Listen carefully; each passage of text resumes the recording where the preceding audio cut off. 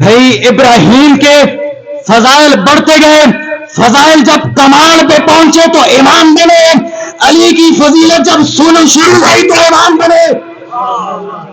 علی کے فضائل کی ابتدا امامت ہے. ہم کون ہوتے ہیں؟ علی کو آزمانے والے. یہ ظلم ہوا. اور اگر ہم علی کو آزماتے نہیں نا, سیکھتے نا, تو پھر یہ جو علی کہہ رہا ہے, سوچئے گا ذرا, کہ جس علی نے کہا ہے کہ میں آسمانوں کے رستے زمین سے بہتر جانتا ہوں, تو پھر خلائی ادارے تو ہمارے ہونے چاہیے تھے نا. دنیا کا سب سے بڑا خلائی ادارہ ناسا, وہ تو امریکن ہے. کتنے شیعوں نے خلائی ادارے بنا لیے ہیں, امیر المومنین نے جو دعوے کیے ہیں. تو یہ شعور کہاں چلا گیا؟ کیا یہ شعور ہم میں تھا نہیں, چلا گیا یا لیا گیا؟ آپ حیران ہو جائیں گے. اگر وقت ہوا تو میں کوشش کرتا ہوں, اب باتیں ساری چھوڑ کے یہی بات کرنے لگا ہوں کہ آپ حیران ہو جائیں گے. میرا ایک ذاتی ایکسپوجر ہے کہ یہ شعور ہم سے بڑی سوچی سمجھی پلاننگ کے تحت چھینا گیا ہے. یہ شعور چھینا گیا ہے اور ہمیں پتہ ہی نہیں چلا یہ کیسے چھینا گیا. یہ بالکل چھین لیا گیا. ایک صلوات پڑھ لیجیے, میں وقت دکھ رہا ہوں.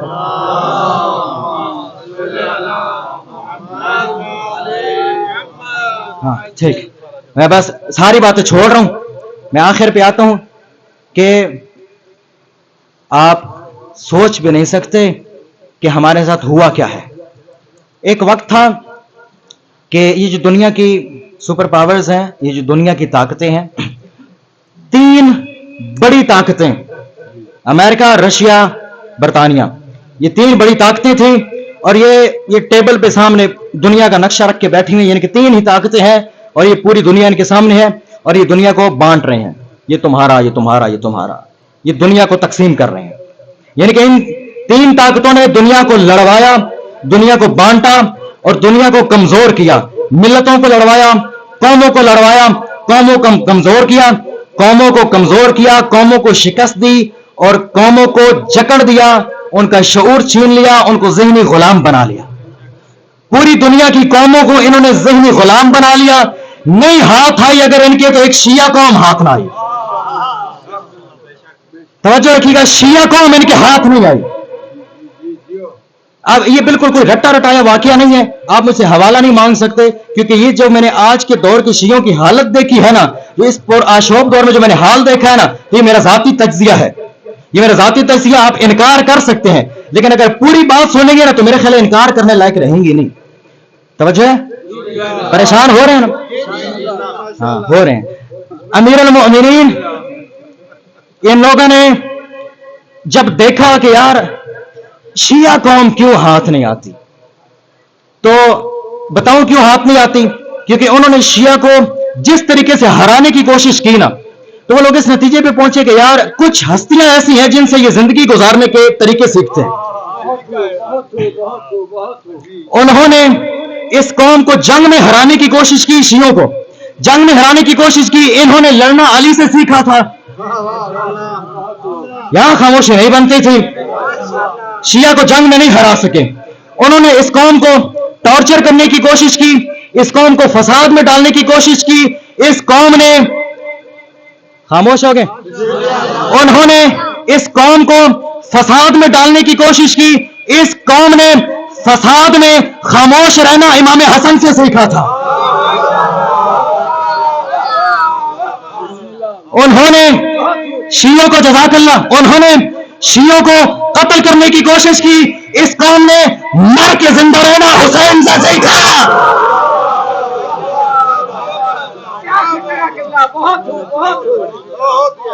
کیسے مار دیتے ہیں, ختم کر دیتے ہیں. کچھ عرصے بعد ان کو اندازہ ہوا بھائی ان کو مار رہے ہیں, یہ ڈبل ہو رہے ہیں, ان کو مارو نہیں, ان کو مارتے ہیں, یہ بڑھ جاتے ہیں. کیسے ایک مجلس میں دھماکہ ہوتا ہے, 50 آدمی شہید ہو گئے, یہ خوش ہو گئے, مبارک ہو, ہم نے 50 عزادار کم کر دیے, 50 شیعہ کم کر دیے. ہوا کچھ اور, ہوا کچھ یوں. جب 50 آدمی شہید ہو گئے, ہر آدمی کے گھر میں ایصال ثواب کی مجلس ہوئی. ایک مجلس کم کی تھی, 50 مجلس ہو گئے نگار.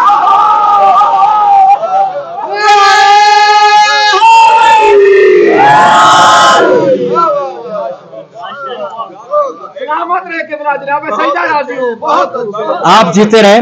انہوں نے اس قوم کو قید کرنے کی کوشش کی. اس قوم نے قید میں بھی دعاؤں کے ذریعے سیکھنا سجاد سے سیکھا تھا. انہوں نے اس قوم کو علم میں ہرانے کی کوشش کی. یہ باقر العلوم کو امام کہتی تھی. انہوں نے کوشش کی اس قوم کو اداروں میں داخلے نہیں دیں گے, اس قوم کو اسکولوں میں داخلے نہیں دیں گے, اس قوم کو یونیورسٹی میں داخلے نہیں دیں گے. انہوں نے دانشگاہیں, مرکز علوم, انہوں نے علمی مراکز بنانا امام جعفر صادق سے سیکھا تھا. انہوں نے اس قوم کو غصہ دلا کے, طیش دلا کے, جذبات دلا کے کچھ ایسا کرنے میں مجبور کیا کہ یہ قوم جذبات میں غلط فیصلے کرے گی. انہوں نے غصے پہ کنٹرول کرنا موسیٰ کاظم سے سیکھا. انہوں نے اس قوم پہ دائرہ تنگ کرنے کی کوشش کی, اس قوم پہ دائرہ مشکل کرنے کی کوشش کی, اس قوم پہ مشکلات بڑھانے کی کوشش کی.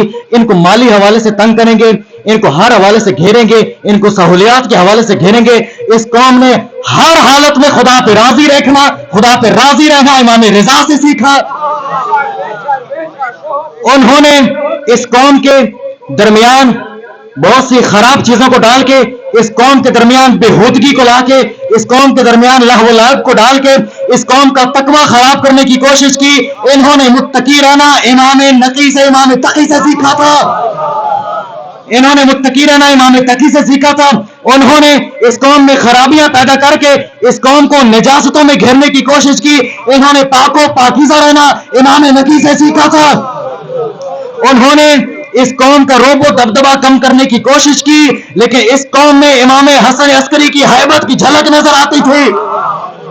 بھائی اب خاموش نہ رہیے گا, کمال یہ ہو گیا انہوں نے کہا اس قوم کا ایمان کمزور کرتے ہیں, لیکن نتیجہ یہ نکلا کہ پوری تاریخ میں جتنا ایمان اس قوم کا مضبوط ہے اتنا ایمان کسی قوم کا مضبوط نہیں. بتاؤ کیسے؟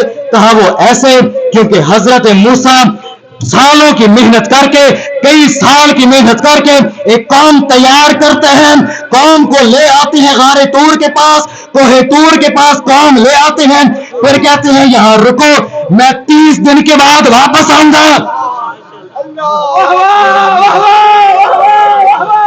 30 دن کے بعد واپس نہیں آتے, 10 دن مزید اضافہ کرتے ہیں, 40 دن کے بعد واپس آتے ہیں. قوم گمراہ ہو گئی. یہ موسیٰ کی قوم تھی, 40 دن اپنے انعام کا انتظار نہ کر سکی, 1100 سال ہو گئے.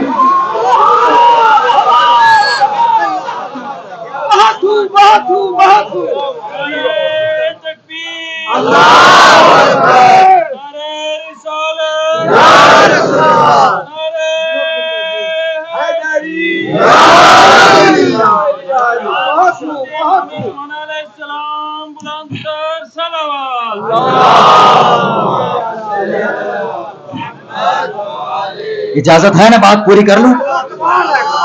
بات پوری کر لوں؟ جزاک اللہ. اب یہ تھا نتیجہ کہ اس قوم کو ہرایا نہیں جا سکتا. پھر کیا ہوا کہ قوم کے حال برے ہو گئے, وہ بتانے لگا ہوں. میں نے کہا تھا نا شعور چھینا گیا ہے, وہ یہ بتا رہا ہوں. شعور کیسے چھینا گیا؟ انہوں نے کہا دیکھو اگر ہم کہیں گے نا, یہاں کا ذاتی تجزیہ بتا رہا ہوں, کوئی مطلب ایک انڈیویجول بندے نے یہ سٹوری نہیں سنائی, ٹھیک ہے, تو پھر یہ نہ کہیے گا کہ بھئی یہ کدھر لکھا ہوا ہے. یہ میں نے جو حالات دیکھے ہیں اسے اندازہ لگایا اور واقعی یہ بات ٹھیک ہے. انہوں نے بہت پیسہ خرچ کیا ہے. انہوں نے کہا اگر ہم اس قوم کو کہیں گے کہ علی چھوڑ دو, یہ لڑنے پہ آ جائے گی. یہ قوم علی نہیں چھوڑ سکتی. اگر ہم اس قوم کو کہیں گے کہ ائمہ کی تعلیمات چھوڑ دو, یہ نہیں چھوڑے گی.